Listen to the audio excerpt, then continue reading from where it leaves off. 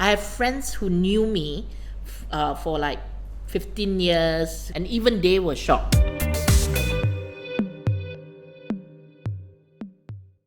When did the title Queen of Comedy come out? It was years ago. I think when I was still in Boom Boom. No, not Boom Boom.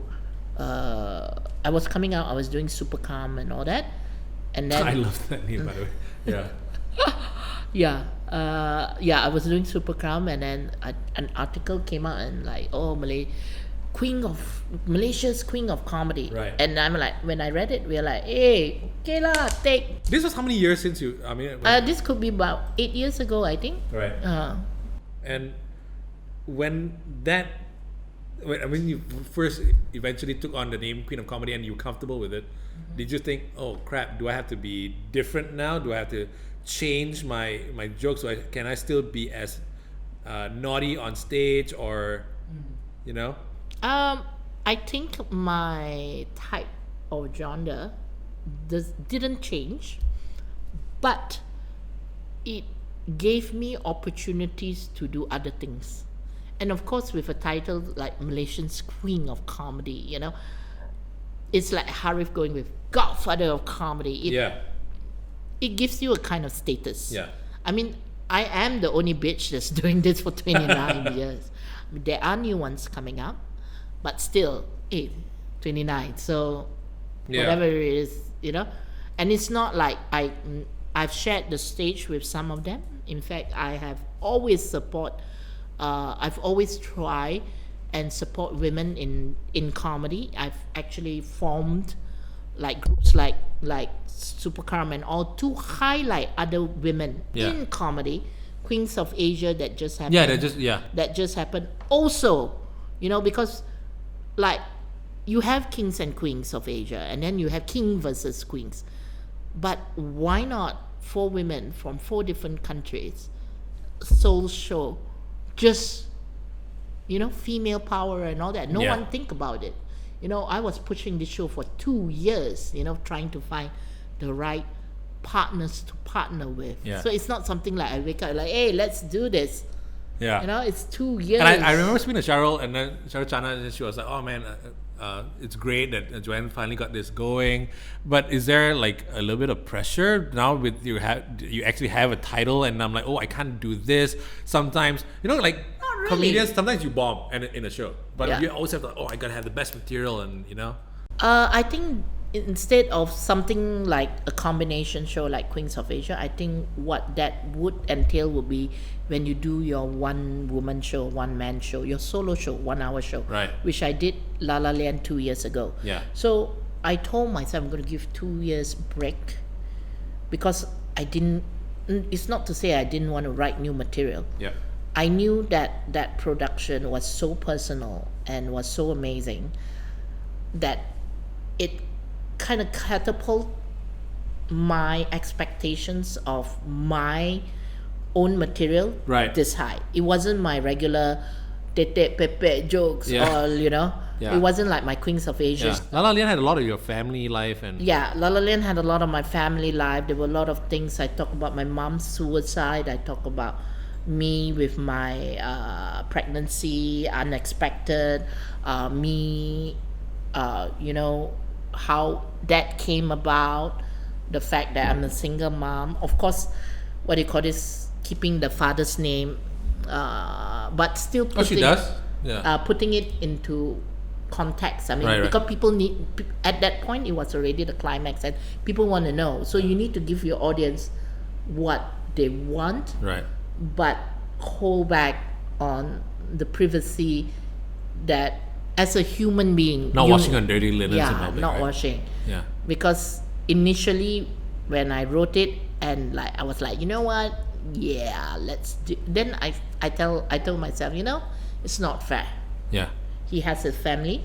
It's not something that I want his. Oh, you're thinking about him, not your daughter, though. No, my daughter knows. I'll watch a comedy show like Joe Coy, and he gives it to his son. My kid's an asshole sometimes, and there's like to do La La Land. I mean, you kind of go through the gamut of everything that's gone through your life that formed who you are, and a lot of ups, a lot of downs. And your daughter is one of the main focal, Yeah. because it's a journey. You Yeah. talk about, growing up. How does she feel about the show? She's not seen that. She's seen everything else about Right. this. Okay. Yeah. Well, she's 15, 16 now, so if I have it online, she'll watch it. Right. Yeah, but you see, it doesn't put her in a bad light or anything. I mean, we all have dealt with it, that we are living in Asia. Right. When you have no father's name in your birth cert, your Yeah. teacher will ask you why. Yeah. And she doesn't want to say that we're divorced because she doesn't know. Yeah. At that time, she doesn't know. Yeah. Then when she was 10, we met up and say, okay, so this is where you came from. Because Asia as well, it's not like you're in international school where every other boy's parents is separated or divorced. Yeah. You're in a Kebangsaan where everybody expect you to have a father's name, or at least, Yeah. but this one your birth cert doesn't have. So it was a very transitional period. And furthermore, she is like me. She's Chindian, right? Yes, so which means different color skin. Yeah. So there will be times when she comes back. That's when I knew that we had to meet the father. I Right. mean, the father needs. And what's nice is his wife as well initiated it, because they had a new, a new baby, a son, and the children are not to be blamed. And yeah, I think that 10, 11, that was when, like they came for her birthday and all that, and we had a discussion as to like why your skin tone is like that. Right. So you're Chindian, what being Chindian is all about. Yeah. And race has always been a very difficult thing with children trying to understand. Actually, the whole country is Yeah. having issue trying to understand that also, isn't Yeah, it? as a like a mixed child. Yeah. When you're growing up, it's always like, am I more Chinese? Am I more Indian? Because you're never enough for one party. Yeah. You go to your Indian family side, say, oh, not Indian enough. Oh, don't know how to speak Tamil. Then you go to the Chinese side, oh, don't know how to speak Hokkien. You're not Chinese enough. Yeah. And you're always stuck in that in between, like, Yeah. So that was her journey. But yeah, with La La Land, we only had 1.5 hour. In fact, 1.5 hour was too Not long. enough, right? Yeah. Yeah, initially, the script was supposed to be a book. It was supposed to be a book about a biography. So what I had to do was take all these chapters and turn it into 1 hour show. Obviously, I didn't know that because of the way it needed to be told, I didn't realize that it was 1 hour 20 minutes. Right. And I had an opener. I had an opener to open for 10 minutes. So first night after, and the scary part is that I didn't have, how comedians, they go to like a comedy club and they test their joke? Yeah, I didn't yeah. have that. First day, went in, was cold. It was the first time I did my script. Right. So I didn't know whether audience is going to laugh or not. Yeah. It was only 15 minutes after that, I was like, okay, people are actually finding this funny, because that whole show, there was nothing sexual about it. And because I was so famous for all my sexual jokes, people expected sexual. Yeah. I expected sexual, right? But then I'm like, no, this is my story, this is different. So of course I give them a bit like the 5-10 minutes, whatever, Yeah. whatever. Then okay, let's start. So when I start about, when I was a baby, what happened? That was like family, Ipoh, Penang, 12 SI, and all that till the end. You're good because you can hear your crowd. Yeah. I had that whole show, 2 days sold out, and then upstairs PJLA were all filled, and there was one lady apparently upstairs was laughing so much, my stage manager was about to call the ambulance because like she passed out. I have friends who knew me for like 15 years, who used to club with me in Atmosphere, of course was with me during my pregnancy and all that. They knew these are the people that knew, and even they were shocked because it was really a tell-all thing. And every other review that came out, because we toured it, we went to Penang, we went to JB, we went to Kuching, all the reviews were like, spot on. Yeah. Because Why'd what's so different? Why'd you do that show? I mean, like, of course, it started out as a book. Why'd you? What? Because at a certain point in a comic's life, to have a solo show is the ultimate. What do you call this? Badge of honor. Yeah. Right.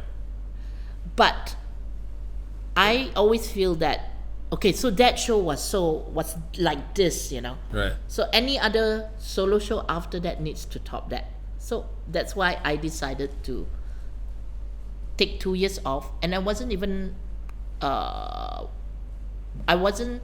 would I say, how some comedians or some performers, like every year one new show, one new hour, every year. But I felt that it wasn't right to do that. Yeah. I felt that in order for me to top that, it needs to be something special. And that's why, like, only next year I'm doing my fresh 1 hour. And it just so happened that it's my 30th anniversary being in entertainment industry. So I thought, with that in mind, now I see the puzzle coming together. Yeah. So, La La Land, I've heard so much about it. I actually wanted to go at one point as well. And it was. Don't worry, it will be online soon. I want to to pay. I would definitely pay. No, there are a lot of people who wanted to watch it, but didn't, because when you do a live show, that was done, but thank God we got it recorded. We were going to sell it to... Not HD though, right? Back in the day. No, Yeah. No. There were HD capabilities, but I didn't have Right. like other comedians' budget to be able to pull off. So once it goes HD online show. again, and then let's say it gets hot again, are you going to tour it again? Potentially? Or do you think it's just too emotionally? Because there's a lot in this. We were planning to bring it to Australia. Right. But again, I'm not rushing things. Right. It will come at the right time. Okay. You know? When such a big show like this happens, right, and you say trying to bring it to Australia, would you bring other local Malaysian comedians there? Or is Most it gonna- probably one more just to open. Right. Okay. But in Australia, it needs to be an hour. Right. If you're submitting for a festival, so you need to cut Okay. a few things. How would you cut something like that though? Well, unfortunately, Would- then you yeah. have to cut the 10-minute opener. Right. So get rid of that, right? Yeah. Get rid of that, and then get rid of a few things. Was it partly therapy for you because you've gone through so much and you never actually got to really think about it, and then when you actually started writing the book, it's like, wow, it felt good to let it all out? Something like that. I had help though. I had directors that I'm close with from theatre that, I went and just to read with them. Right. 2 other comics helped me to extend a few jokes. Not extend, like the joke was there, and they were like, okay, why don't you add this one more Right. line? And it's just that one more line that made it Okay. special. Hey guys, thanks for watching. Glad you liked it. Now, if you want to check out a full discussion on all our other episodes, click right here. And of course, don't forget to subscribe.